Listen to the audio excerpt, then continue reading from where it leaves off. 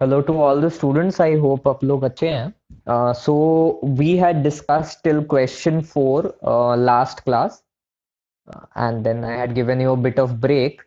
आज हम लोग question 5th 6th 7th 8 discuss करेंगे and then we will start with the final few questions जो कि थोड़े टफ होने वाले हैं and that will be the end of your departmental accounts. I will just give you 1 minute to get your books and copies and then we will start with the class. ठीक है, तो जल्दी quickly books copies ले लीजिए आप लोग. And जिन्होंने भी सोल्यूशन किया है वो लोग भी देख लो, कहीं पे कुछ छोटी मोटी गलतियां अगर होंगी तो वो रेक्टिफाई कर लेना.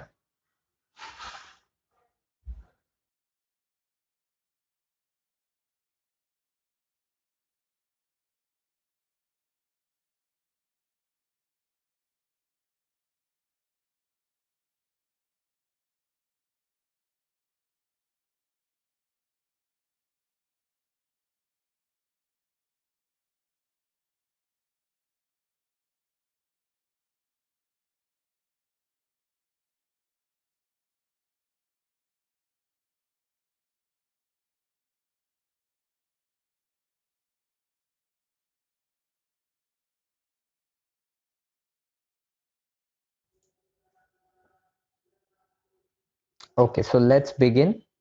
This is the fifth question. Let's go through the question. uh, 3 departments है यहाँ पे, A B and C. Opening stock, closing stock दिया हुआ है, purchases, purchase return, sales, sales return and wages दिया हुआ है. स्ट्रेट फॉरवर्ड मीनिंग ये इन चीजों से आप अपना ट्रेडिंग अकाउंट तो स्ट्रेट फॉरवर्ड इजीली बना सकते हैं. ठीक है, डू मेक श्योर कि परचेज और परचेज रिटर्न अलग अलग लिखेंगे, एक साथ माइनस करके डायरेक्टली नहीं लिख देंगे. डेबिट साइड में अगर आप परचेजेस लिखते हैं तो क्रेडिट साइड में परचेज रिटर्न अलग से लिखेंगे. ठीक है, so let's quickly see our trading account for this question number 5. So this is our trading account question 5th के लिए. यहाँ पे opening stock on the debit side, department A का 41,000. Then purchases 2,34,000, wages 80,000, sales return, sales less return कर दिया है. ये आप लोगों को नहीं करना है यहाँ पे. आई थिंक ये सलीम का था, सलीम को मैंने बता भी दिया था उस दिन. यहाँ पे रेक्टिफाई करना है, ये परचेजेस यहाँ पे लिखना है, ये क्रेडिट साइड में परचेज रिटर्न्स लिखना है. दूसरा चीज, सेल्स आपको यहाँ पे क्रेडिट साइड में लिखना है और सेल्स रिटर्न ये डेबिट साइड में अलग से लिखना है. And then closing stock on the credit side and you will get your gross profit. ठीक है, ग्रॉस प्रॉफिट हमारा आ जाने के बाद ये ग्रॉस प्रॉफिट को हम ट्रांसफर कर देंगे on our credit side of the PNL account. ठीक है, अब आ जाते हैं, देखते हैं क्या बाकी चीजें हैं यहाँ पे. बहुत सारी चीजें दी हुई हैं, general expenses, insurance, stationery, depreciation, postage. ठीक है, इनको हमें इक्वली डिस्ट्रीब्यूट करना है. The following expenses are to be apportion equally. मतलब ये जो 1 2 3 4 5, ये 5 एक्सपेंसेस को हमें इक्वली डिस्ट्रीब्यूट करना है. अलग अलग करके हम लिख सकते हैं, बट डिस्ट्रीब्यूशन जो है 1:1:1 के रेशियो में होगा. फाइन. इसके अलावा और भी कुछ एक्सपेंसेस दिए हुए हैं यहाँ पे, गिवन है trade expenses, advertising and bad debts. 3 अलग अलग एक्सपेंसेस दिए हुए हैं. ये 3 एक्सपेंसेस को बोला गया है, you have however the option to apportion the following expenses as you deem fit and append notes stating the basis for each item. मतलब कि यहां बोला गया है कि ये जो नीचे के 3 एक्सपेंसेस हैं, trade expenses, advertising and bad debts, इनको हम अपने हिसाब से, अपने मुताबिक हम डिस्ट्रीब्यूट कर सकते हैं और हमें बता देना है बस कि किस बेसिस पे हमने उसको डिस्ट्रीब्यूट किया है. पर जैसा मैंने यहाँ पे आंसर आप लोगों का नेट प्रॉफिट का चेक किया है, इन्होंने क्या किया है, इन्होंने तीनों चीज को नेट सेल्स के हिसाब से डिस्ट्रीब्यूट किया है. नेट सेल्स का रेशियो यहाँ नीचे दिया हुआ है 13:4:8. तो 13:4:8 के रेशियो में ये तीन एक्सपेंसेस को हमें डिस्ट्रीब्यूट करना है.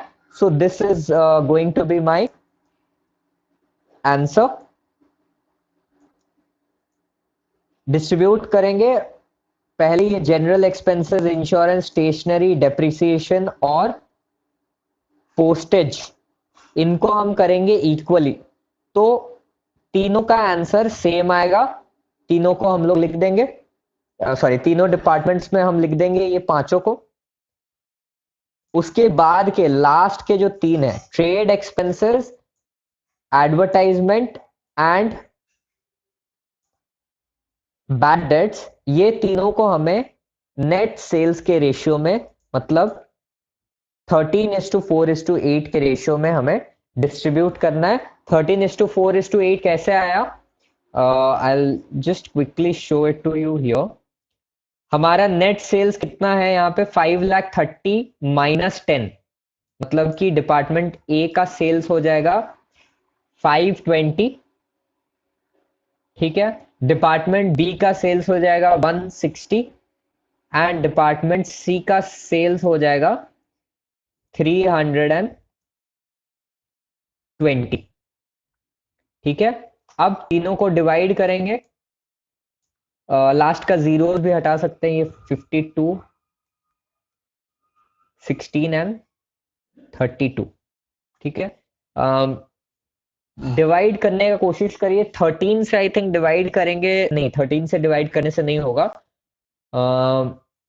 4 से डिवाइड करते हैं. 4 से डिवाइड करेंगे तो we will get it. 4 1 4 and then 12, 4 3 12, 4 4 16 and 4 8 32. So इस कारण से रेशियो हमारा आ जा रहा है 13:4:8. So will distribute the last three expenses on this basis. Fine. So ये करने के बाद हमारा डायरेक्टली आंसर आ जाएगा. हमारा नेट प्रॉफिट जो है, answer in the sense net profit हमारा डायरेक्टली आ जाएगा ए बी एंड सी का. बहुत ज्यादा डिफिकल्ट सम नहीं है, कुछ बहुत अलग नहीं करना है, similar to the earlier one. उसके बाद लास्ट में परसेंटेज प्रॉफिट यहाँ पे कैलकुलेट आप कर सकते हैं. ऑल्दो इस क्वेश्चन में आई थिंक पूछा नहीं गया है. ठीक है, but you can do it. Okay, so going to the next question, which is the sixth question.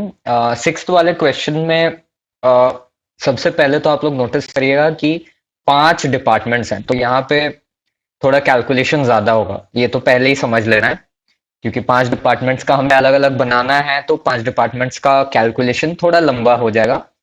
But process similar ही है. प्रोसेस में बहुत ज्यादा कुछ अंतर नहीं है. तो यहाँ पे ओपनिंग स्टॉक दिया हुआ है, परचेजेस दिया हुआ है, सेल्स दिया हुआ है, क्लोजिंग स्टॉक दिया हुआ है.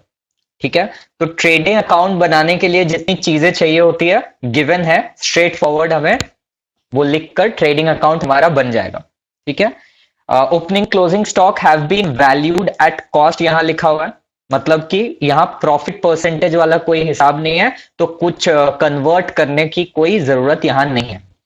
The expenses which are to be charged to each department in proportion to the cost of goods sold in the respective department are as follows. ठीक है. तो यहां पे क्या बोला गया है, जो भी मेरे ये सारे एक्सपेंसेस है, सैलरीज है, उसके बाद रेंट्स है, रेंट एंड रेट्स है, मिसलेनियस एक्सपेंसेस है, इंश्योरेंस है, इसे हमको कौन से रेशियो में डिस्ट्रीब्यूट करना है, ये थोड़ा अलग है. Cost of goods sold. ठीक है. ये कॉस्ट ऑफ गुड्स सोल्ड के रेशियो में हमें डिवाइड करना है. तो cost of goods sold first of all हम लोग यहां पे समझ लेंगे कि क्या है. ठीक है.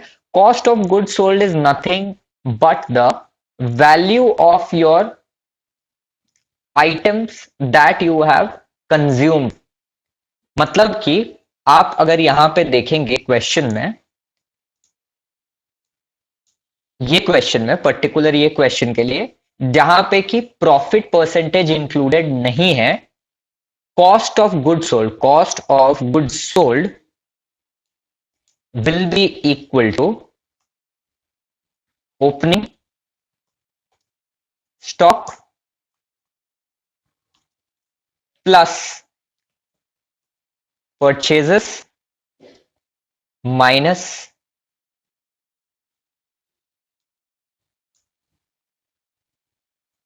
Closing.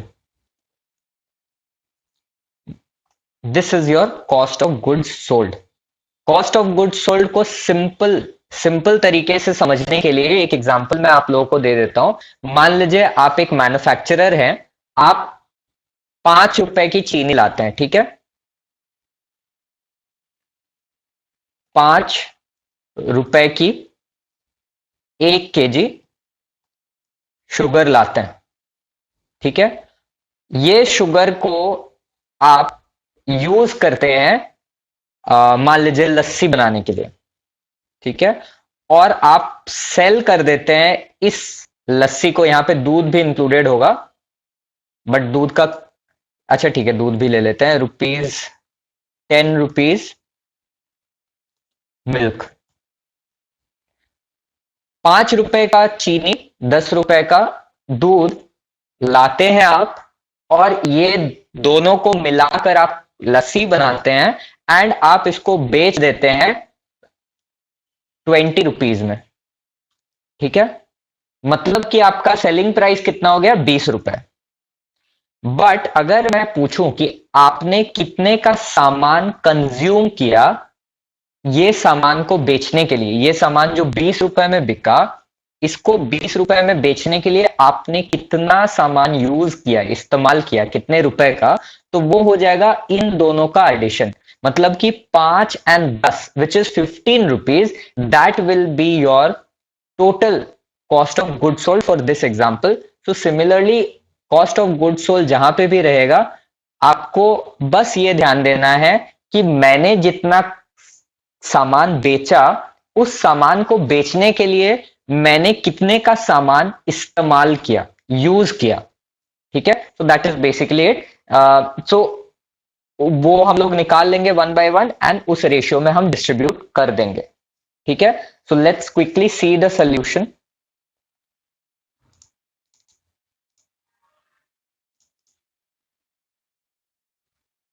Okay, so trading account काफी इजी होना चाहिए. Stock purchases on the debit side, sales and closing stock on the credit side.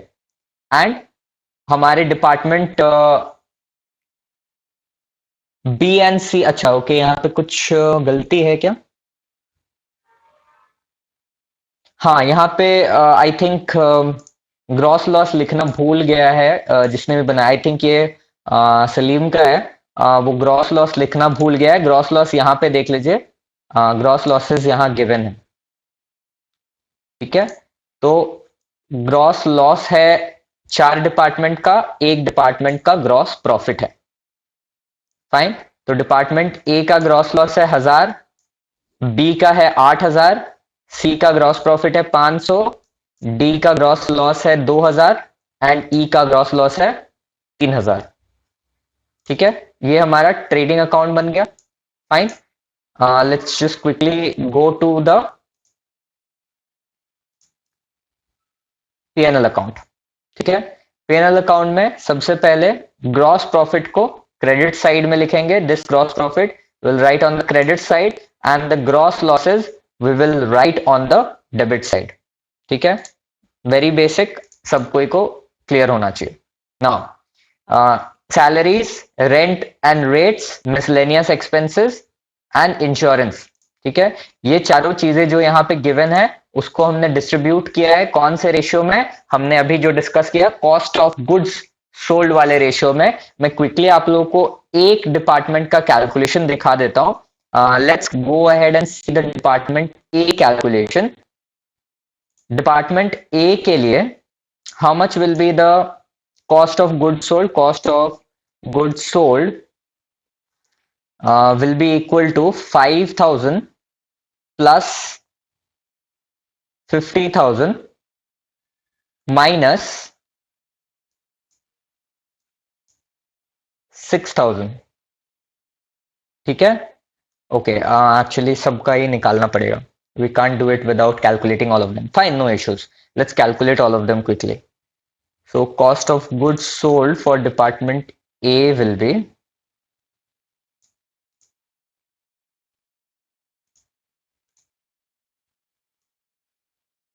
hope you are able to see this, yeah, on the right. ठीक है, 55,000 minus 6,000 तो हो जाएगा हमारा 49,000। ठीक है, ये हो गया हमारे डिपार्टमेंट ए का। डिपार्टमेंट बी का कितना हो जाएगा? Department B will be 3,000 plus 30,000 minus 4,000. So it will come to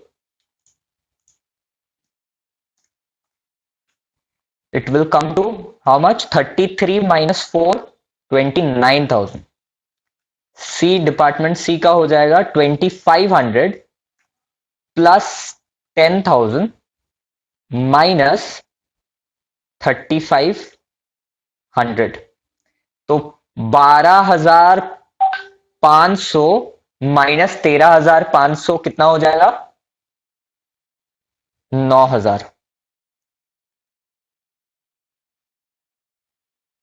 ठीक है, डिपार्टमेंट डी का कितना हो जाएगा?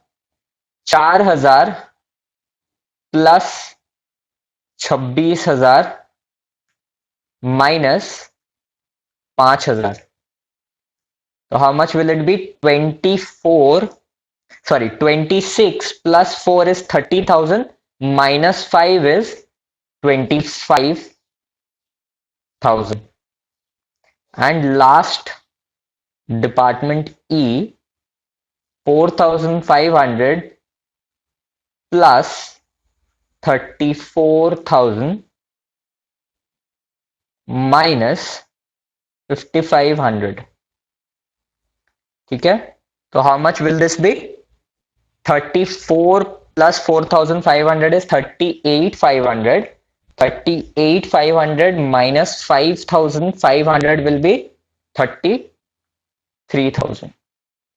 Easier way to do this, 4,500 minus 5,500 होता है माइनस 1,000, तो 34,000 माइनस 1,000। तो this is our entire cost of goods sold. ठीक है, नाउ हमारा लास्ट के 3 जीरोज अगर हम हटाते हैं सब में, तो we will be left with 49 is to 29 is to 9 is to 25 is to 33। ठीक है, total of this will be कितना हो जाएगा? टोटल इसका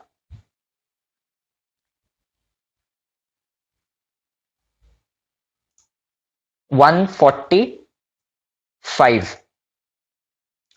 ठीक है, okay, so now we have gotten the total of this ratio.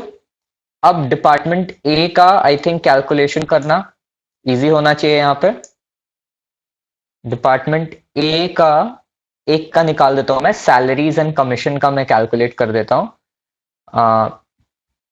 5510 multiplied by 49 and divided by 145. So your answer will be 1862। 1862। ठीक है, तो let's see the calculation. Yeah, it's given here. Salaries and commission, department A 1862, department B 1102, department C 342, department D 950 and department E 1250. How did we do this calculation?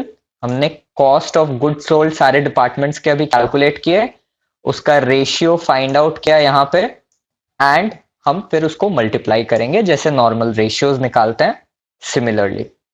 ठीक है, after we have gotten all the values on the debit side and the gross profit on the credit side में और कुछ है नहीं, तो हम दोनों साइड्स को सब्ट्रैक्ट करेंगे, and we see that for the first time I think department account में we have gotten a net loss in all the departments।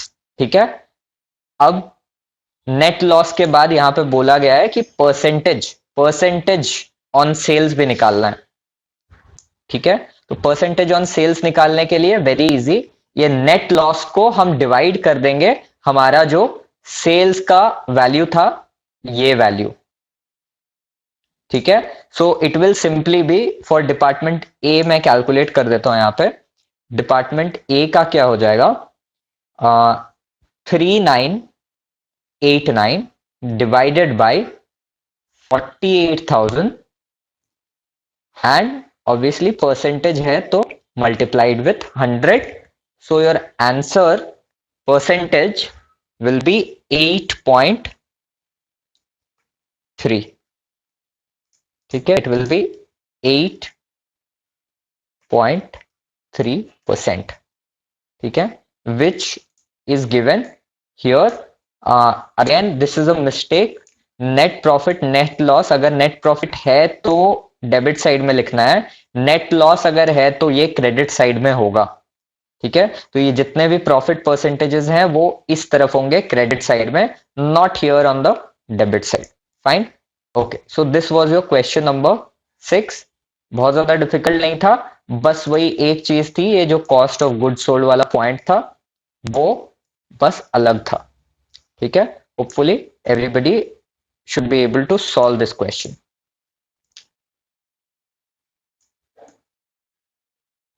Yeah, and to check if your answers are same or not. Now, moving on to the seventh question, which I feel a lot of students had difficulty in solving. क्या है ऐसा इसमें देखते हैं। दो doubts mostly मुझे सबने पूछा है मेरे सामने, जैसा आया था दो डाउट्स मुझे इसमें से, इस क्वेश्चन में से आया, देखेंगे।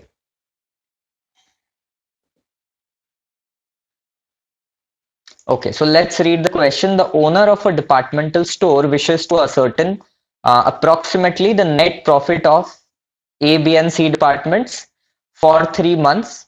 ठीक है, 3 महीने का हमें निकालना है A B and C department का। It is found in practical adequate system and gross profit of the department concerned are 40%, 30% and 20% before charging direct expenses, ठीक है। ये नोटिस करिएगा, बिफोर चार्जिंग डायरेक्ट एक्सपेंसेस है। मैंने प्रीवियस क्लास में आप लोगों को बताया था कि क्या करना है यहाँ पे, ठीक है। I will repeat it once more, don't worry जिसने आप पिछला क्लास नहीं किया। On turnover, indirect expenses are charged in proportion of departmental turnover. तो बाकी जितने एक्सपेंसेस है वो हमें डिपार्टमेंटल टर्नओवर मतलब कि सेल्स, डिपार्टमेंटल टर्नओवर जो होता है that is nothing other than the sales, this is called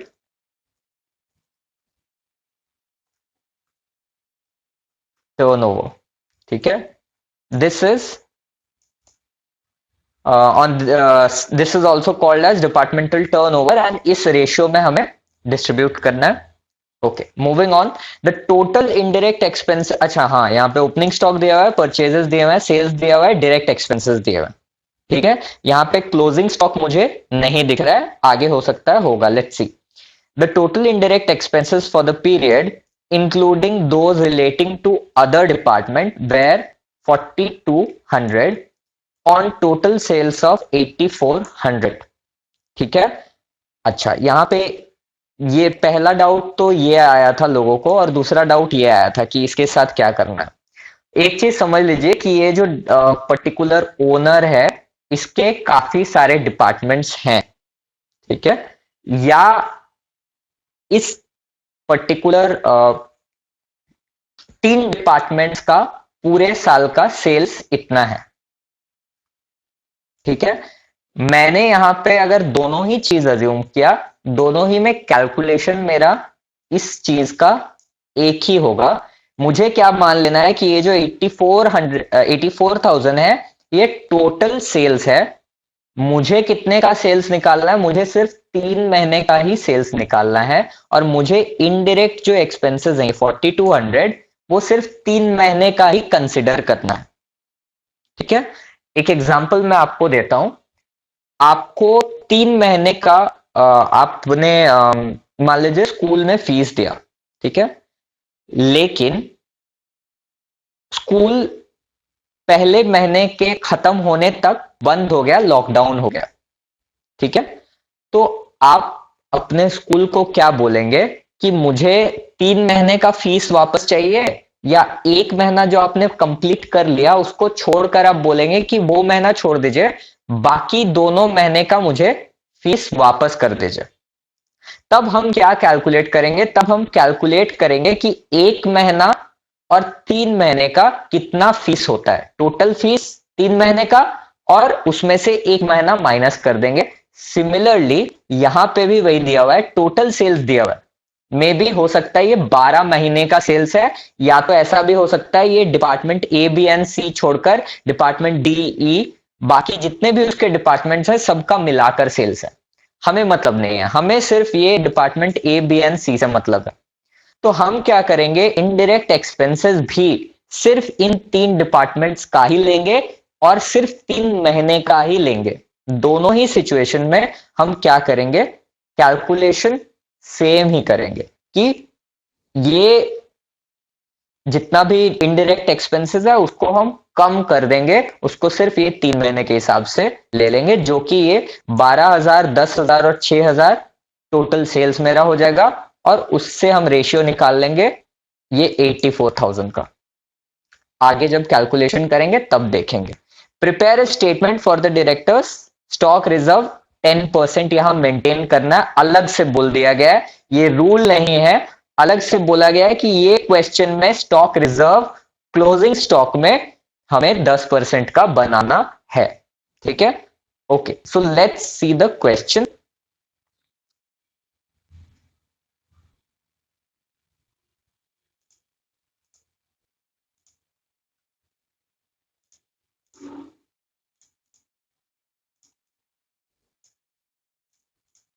अच्छा, ये वर्टिकल फॉर्मेट में बनेगा, हम लोगों ने ये फॉर्मेट पहले भी डिस्कस किया हुआ है। First of all, revenue from operation मतलब कि सेल्स हमें गिवन है क्वेश्चन में, जैसा गिवन है वैसे ही उसको हम लिख देंगे। ठीक है, 6,000, 7,000 एंड 3,000। फाइन। नेक्स्ट, यहां पे सेकंड पॉइंट में सीधा चले जाएंगे। बीच के जो पॉइंट्स हैं वो स्किप कर सकते हैं, जस्ट पर्टिकुलर ये क्वेश्चन के लिए।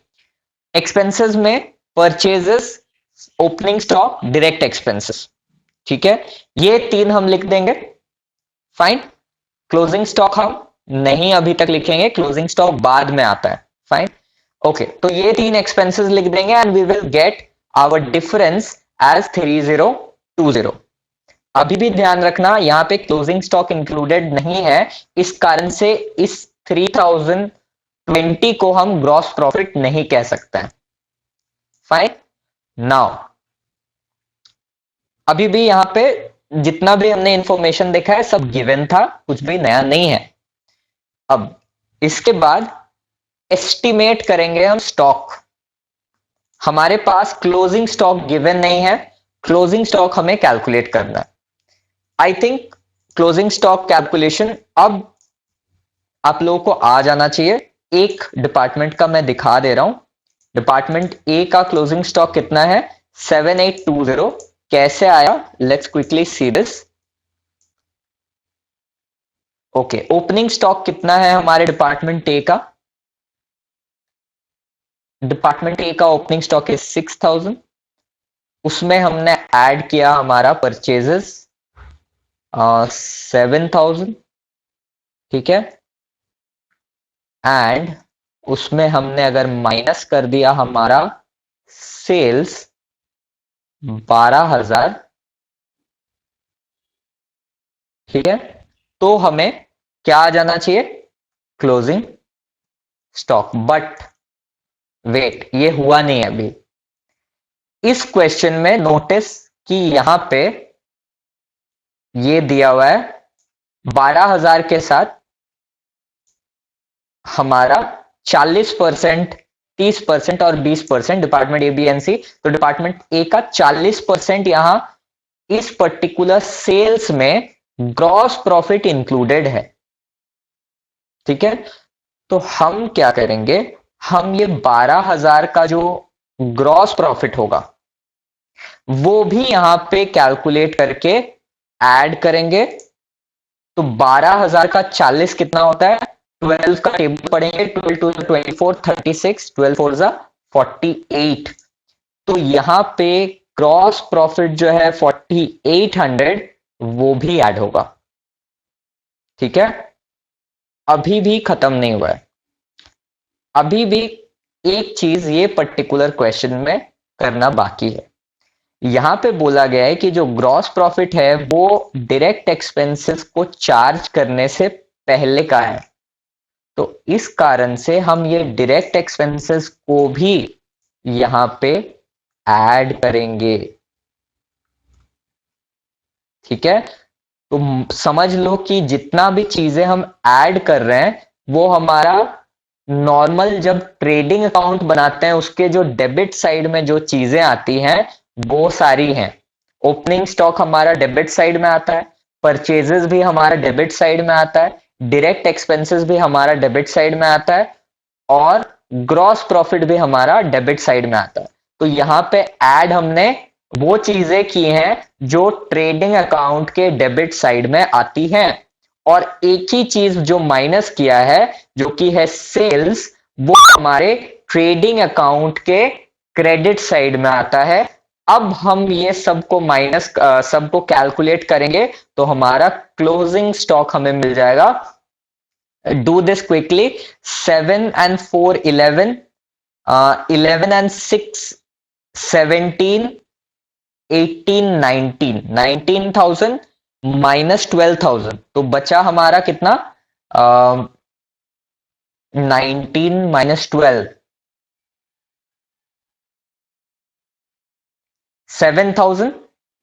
ठीक है, एंड यहां पे 7,000 बचा, प्लस यहां पे 20 जो बच गया, 7020 आना चाहिए। ठीक है, I think I have calculated correct.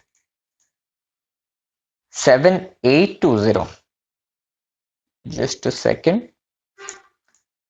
it may be that I have calculated incorrectly, just a second। 6 and 4 10, 10 7 17, 18 19, oh अच्छा, या 800 is also here, यहाँ पे 800 भी है। ठीक है, yes, तो 7820, fine. So this is basically it. हमारे डिपार्टमेंट ए का ये क्या आ गया? 7820 इज आवर क्लोजिंग स्टॉक। इसी तरीके से डिपार्टमेंट बी का भी मैं आप लोगों को दिखा देता हूं, साथ साथ करते रहने से इजी होगा, समझने में भी आसानी होगी। तो डिपार्टमेंट बी का ओपनिंग स्टॉक है 7,000, परचेजेस है 6,500, उसके बाद डायरेक्ट एक्सपेंसेस हैं 1,450, एंड लास्ट में ग्रॉस प्रॉफिट कितना है? 30%। किसका? सेल्स का। तो 10,000 का 30% इज 3,000, एंड लास्ट में माइनस करेंगे हम हमारे सेल्स को, which is 10,000। So we will get our closing stock as कितना हो जाएगा यहां? 7 3 10 16 17, 17 माइनस 10, 7,000, 7,950। ठीक है, 7,950, fine. So 7,950 is our closing stock for department B. Last department C का खुद से कैलकुलेट करो। I'm giving you 2 minutes to do the same.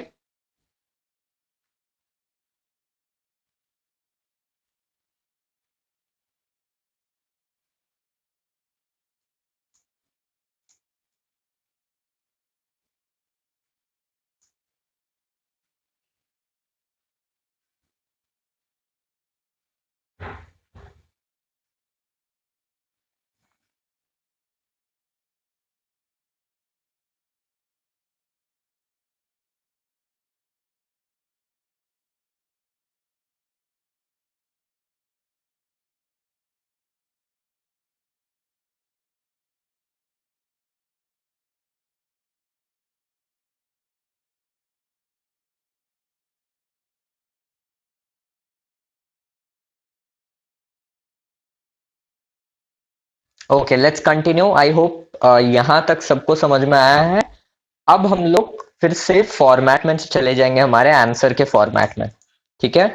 अब हम यहाँ पे 4 पॉइंट में क्या लिखेंगे, estimated stock on 31/3/2019 which is nothing but your closing stock, ठीक है। तो हमने जो अभी कैलकुलेट किया 7820 7950 एंड डिपार्टमेंट सी का 3610, that is what we will right.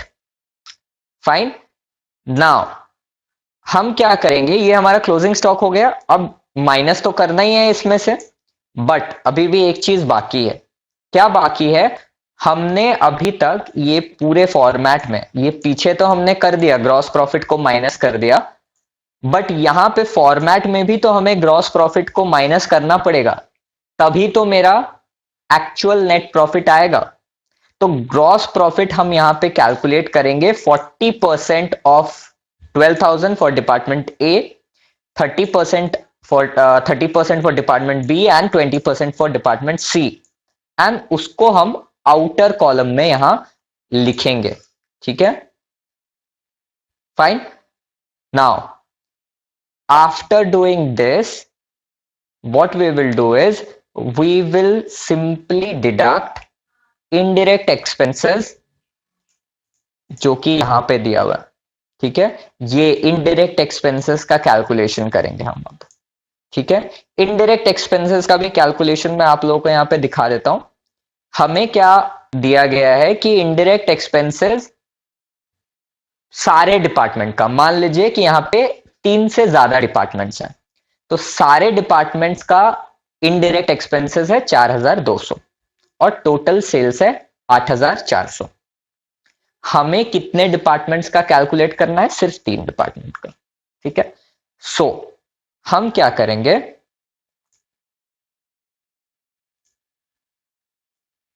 हम एक रेशियो निकाल लेंगे, ठीक है। हम देखेंगे कि हमारी ये 3 डिपार्टमेंट का सेल्स कितना है, टोटल सेल्स, तो यहां दिया गया है टोटल सेल्स 12,000 है, प्लस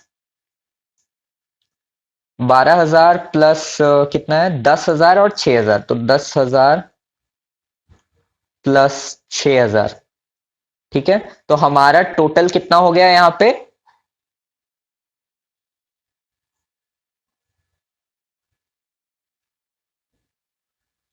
फाइन।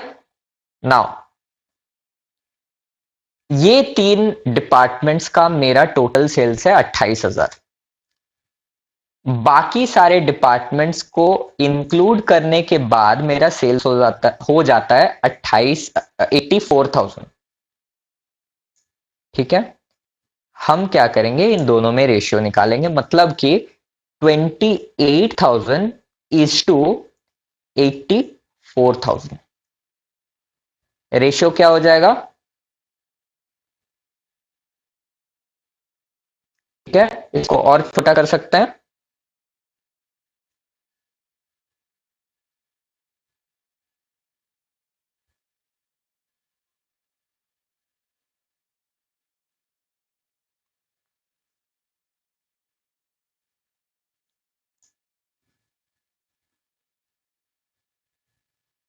इसको और भी छोटा कर सकते हैं,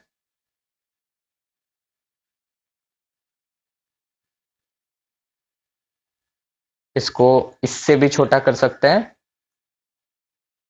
फाइन, ठीक है। तो दिस इज आवर रेशियो 1:3। तो अब हम क्या करेंगे, हमारा जो टोटल इनडायरेक्ट एक्सपेंसेस दिया है, हमारे सिर्फ ये 3 डिपार्टमेंट के हिसाब से हम उसको निकाल लेंगे। तो 4200 सारे डिपार्टमेंट का एक्सपेंसेस है, हमारे 3 ABC डिपार्टमेंट का निकालने के लिए, ए बी एंड सी का निकालने के लिए क्या करेंगे, 4200 मल्टीप्लाइड बाय 1 डिवाइडेड बाय 4, मतलब ये रेशियो में 1:3 वाले रेशियो में हमने उसको निकाल लिया। So it will simply be 10 40, ठीक है, 1050।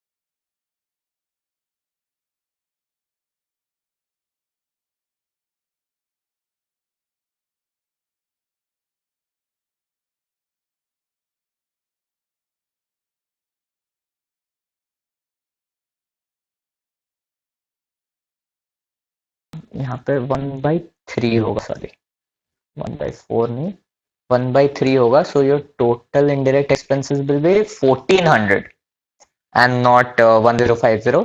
1400 होगा. तो अब 1400 को हम डिस्ट्रीब्यूट करेंगे. So we will get how much, will get 600, 500 and 300. Fine. अब हमें एक लास्ट चीज बोला गया है इस क्वेश्चन में, which is to create a stock reserve of 10% for each department on the closing stock. तो हमारे तीनों डिपार्टमेंट्स का क्लोजिंग स्टॉक कितना आया है? अभी ऊपर हमने कैलकुलेट किया था 7820, 7950 एंड 3610. तो इसका 10% हम स्टॉक रिजर्व में डालेंगे एंड उसको भी हम सब्ट्रैक्ट करेंगे. तो हमारा नेट प्रॉफिट कितना आ जाएगा?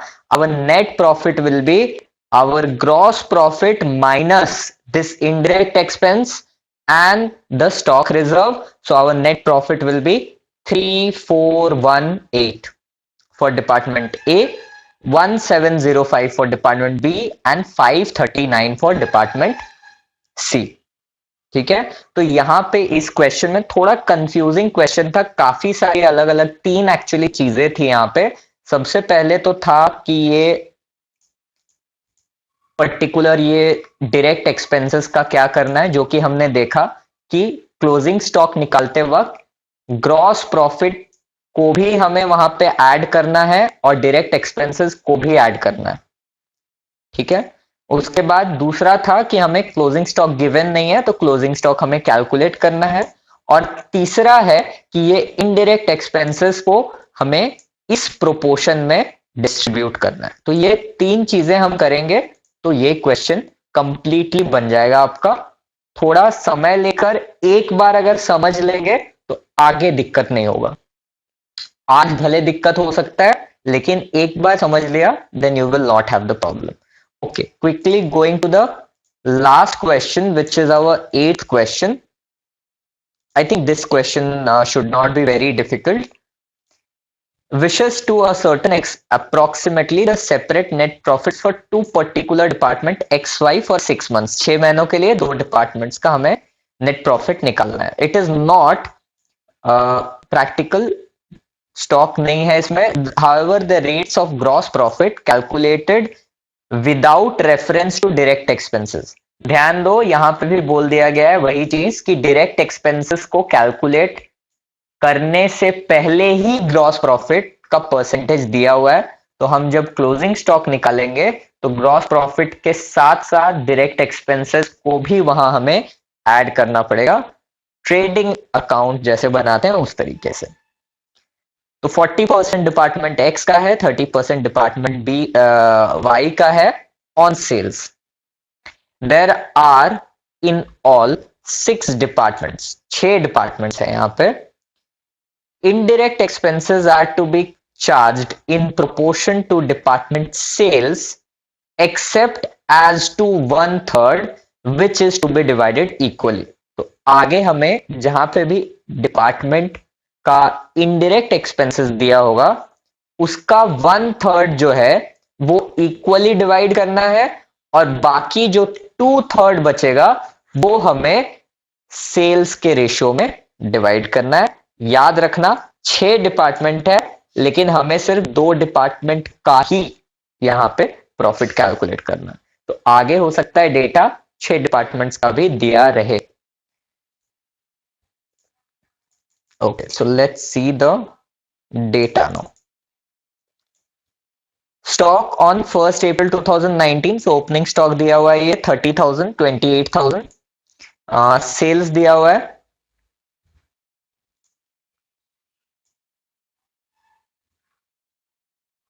परचेजेस दिया हुआ है, सैलरीज दिया हुआ है. Now remember salaries is a indirect expense, not a direct one. ठीक है. Now coming to the next one, indirect expenses of all 6 departments were 36,000. 6 departments का 36,000 है. The sales of other departments were 1,40,000. ठीक है. बाकी डिपार्टमेंट्स का दिया हुआ है, टोटल सेल्स नहीं है ये. 1,40,000 is not the total sales. 1,40,000 is the sales of the remaining 4 departments.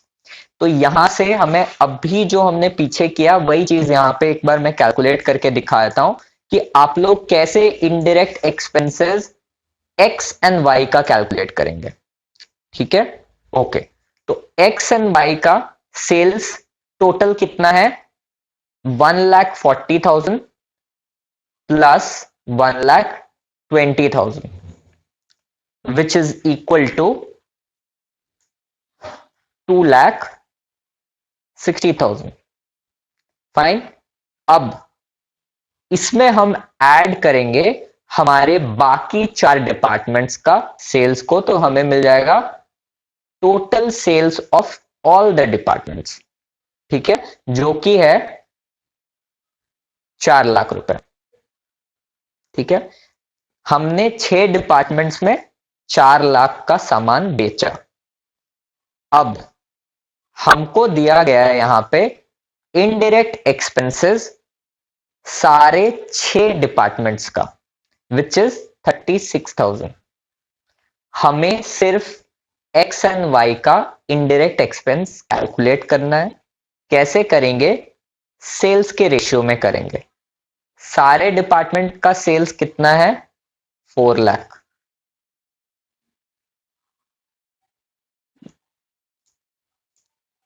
सारे डिपार्टमेंट्स का cell is 4 lakh.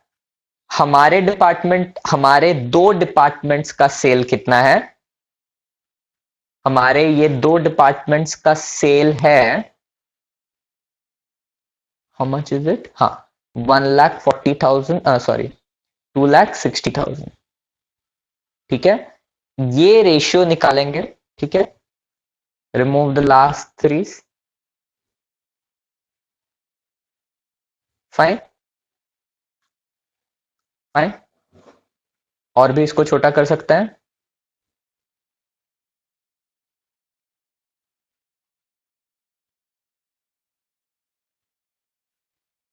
So this is our कुछ गलत कर दिया मैंने। 13 होगा 200 या 20:13 is the ratio between sale of all departments, sorry, indirect expenses of all departments and indirect expenses of only X and Y। क्यों? क्योंकि ये सेल्स के रेशियो में ही है इनडायरेक्ट एक्सपेंसेस, तो हम बोल सकते हैं 1/3 we have to give to each department equally।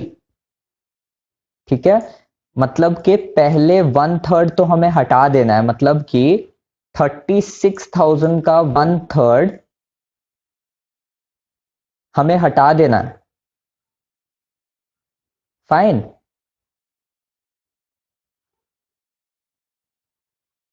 तो हमारे पास कितना बच जाएगा? 36,000 माइनस 12,000। फाइन। सो हमारे पास तो सिर्फ 2/3 जो बचा, ये 24,000 ये बच गया ना। तो हमें अब इस रेशियो में सिर्फ 24,000 को डिवाइड करना है। Fine. This this read this line. Indirect expenses are to be charged in proportion to the department sales except 1/3। तो 1/3 को हमने पहले सारे डिपार्टमेंट में इक्वली बांट दिया, तो 1/3 कितना होता है? 12,000 होता है। ये 12,000 6 डिपार्टमेंट्स हैं, 6 डिपार्टमेंट्स में इक्वली बटेंगे। ठीक है, तो इनडायरेक्ट एक्सपेंसेस का 2 पार्ट होगा। पहला पार्ट जो कि इक्वली बटेगा, मतलब ये 12,000 जो कि इक्वली बांटेंगे, हम डिस्ट्रीब्यूट करेंगे। दूसरा पार्ट होगा ये 24,000 का। ये 24,000 को हम अब निकालेंगे कि एक्स एंड वाई के हिस्से में इस 24,000 का कितना आता है, वो हम इस रेशियो से निकालेंगे जो हमने अभी कैलकुलेट किया। Fine, do it. I just give you a hint. ये 24,000 को हमें क्या करना है? मल्टीप्लाइड बाय 13 डिवाइडेड बाई 20, ठीक है। So we will be left with 15,600। मतलब कि ये 15,600 क्या है, एक्स एंड वाई का टोटल इनडायरेक्ट एक्सपेंसेस है। अब एक्स एंड वाई का रेशियो ये है 7:6 का। कैसे आया, हमने उसका सेल्स देखा 1,40,000 और 1,20,000, तो उससे हमने ये रेशियो निकाला 7:6। अब ये 15,600 को हम इस रेशियो में डिवाइड कर देंगे, तो ए का क्या हो जाएगा, 15,600 multiplied by 7 multiplied by 7,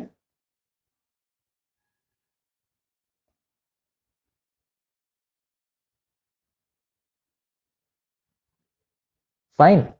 So we will get the answer as 8,400 and department B का क्या हो जाएगा, 15,600 minus 8,400 which will be equal to 7,200। So department A and B का इनडायरेक्ट एक्सपेंसेस, सेकंड दो इनडायरेक्ट एक्सपेंसेस है मैंने बोला था, एक ये ऊपर 12,000 वाला और दूसरा ये 15,600 वाला। तो इनडायरेक्ट एक्सपेंसेस दूसरा वाला हो जाएगा 8,400 एंड 7,200, एंड ऊपर वाला ये हम इक्वली डिवाइड करेंगे 6 डिपार्टमेंट्स में। तो इस हिसाब से डिपार्टमेंट प्लस 12,000 का 6th part which is equal to 2,000 additional. तो यहां पे 2,000 एडिशनल मिलेगा इनको, ठीक है। So this is your calculation, this is how you will get the indirect expenses of X and Y. थोड़ा कॉम्प्लिकेटेड है, मैंने भी एक चीज मिस किया था, आप लोग मिस मत करिएगा। वो 1/3 वाला पहले हम हटा देंगे which is this 12,000 and then we will calculate based on the ratio that we just found, ठीक है। रेशियो निकालने के लिए टोटल सेल्स करेंगे सबसे पहले, एक्स वाई एंड बाकी डिपार्टमेंट्स का टोटल सेल्स इज 4 लाख। हमारे सिर्फ एक्स एंड वाई का टोटल सेल्स इज 2,60,000। तो 4 लाख एंड 2,60,000 का एक रेशियो निकाल लिया हमने, विच is this ratio 40:26, which is 20:13। अब ये रेशियो के बेसिस पे हम ये निकाल सकते हैं कि एक्स एंड वाई का इनडायरेक्ट एक्सपेंसेस कितना है और बाकियों का कितना है। तो हमें पता है कि हमारा 1/3 जो है वो इक्वली डिवाइड होगा, तो 36,000 का 1/3 हम हटा देंगे पहले ही, तो हमारे पास बचेगा 24,000 रुपए। तो 24,000 रुपए में से एक्स एंड वाई डिपार्टमेंट का टोटल इनडायरेक्ट एक्सपेंसेस निकालने के लिए multiplied by 13 divide by 20 which is 15,600। उसके बाद जैसा हमने अभी डिस्कस किया, and that is how you will do it, not like this is not correct, ठीक है, ये करेक्ट नहीं है। आपको इनडायरेक्ट एक्सपेंसेस का 2 लिखना पड़ेगा, यहाँ पे 2 एंट्रीज होंगी। एंड लास्ट में क्लोजिंग स्टॉक का रिजर्व हमें बोला गया है कि 7% रिजर्व बनाना है हमें क्लोजिंग स्टॉक का, विच इज गिवन हियर। सो वो स्ट्रेट फॉरवर्ड होना चाहिए, मल्टीप्लाई करेंगे ये क्लोजिंग स्टॉक हमने ऊपर जो कैलकुलेट किया है 36,000 एंड 16,000, इसका 7% करेंगे हम, तो हमें स्टॉक रिजर्व मिलेगा, and there after we will subtract both sides and get our answer, ठीक है। थोड़ा कॉम्प्लिकेटेड था ये सम, बस वही एक इनडायरेक्ट एक्सपेंसेस था। Okay fine, so that is all for this class. Hopefully ये 5th 6th 7th और 8th ये 4 क्वेश्चन सब कोई को समझ में आएगा। एक बार में अगर नहीं आता है तो 1-2 बार ट्राई करो, समझ में आना चाहिए। If not, always available to clear your doubts.